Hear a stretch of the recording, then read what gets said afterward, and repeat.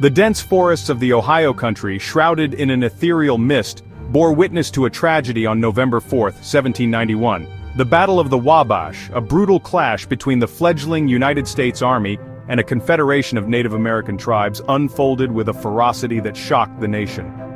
It was a day of unthinkable carnage, a stark reminder of the cost of expansion and the resilience of those defending their homelands.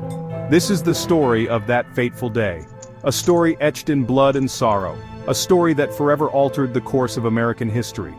The Battle of the Wabash, also known as St. Clair's defeat, stands as a stark reminder of the complexities and tragedies inherent in the forging of a nation.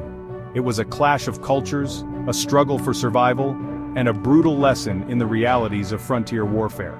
The echoes of that November morning reverberate through history, urging us to remember the human cost of westward expansion and the enduring legacy of conflict between settlers and indigenous peoples.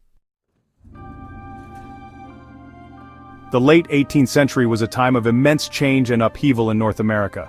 The newly formed United States, eager to expand its territory and consolidate its power, looked westward with ambitious eyes.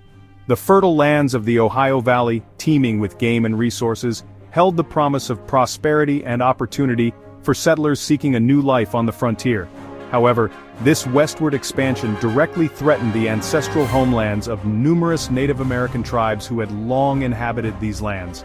The Miami, Shawnee, Delaware, and other tribes, recognizing the existential threat posed by encroaching American settlers, formed a powerful alliance. They were determined to defend their lands, their cultures, and their very way of life against what they perceived as an invading force.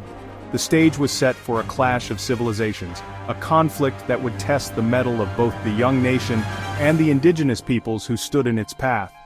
The tension between American expansionism and Native American resistance reached a boiling point in the Ohio Valley.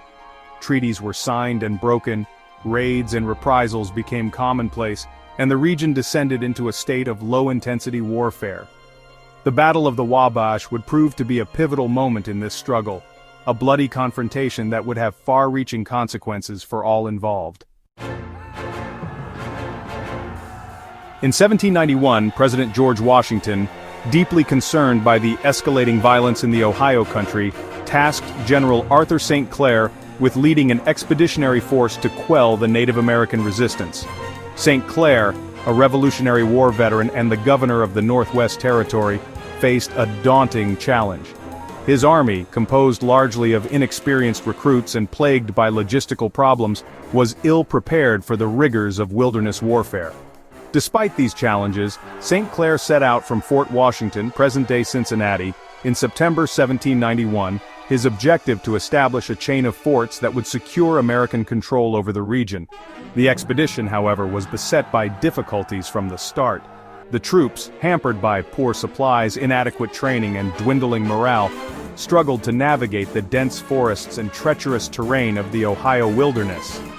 Unbeknownst to St. Clair and his men, their movements were being closely watched by the watchful eyes of Little Turtle, a brilliant Miami war chief, and Blue Jacket, a charismatic Shawnee leader.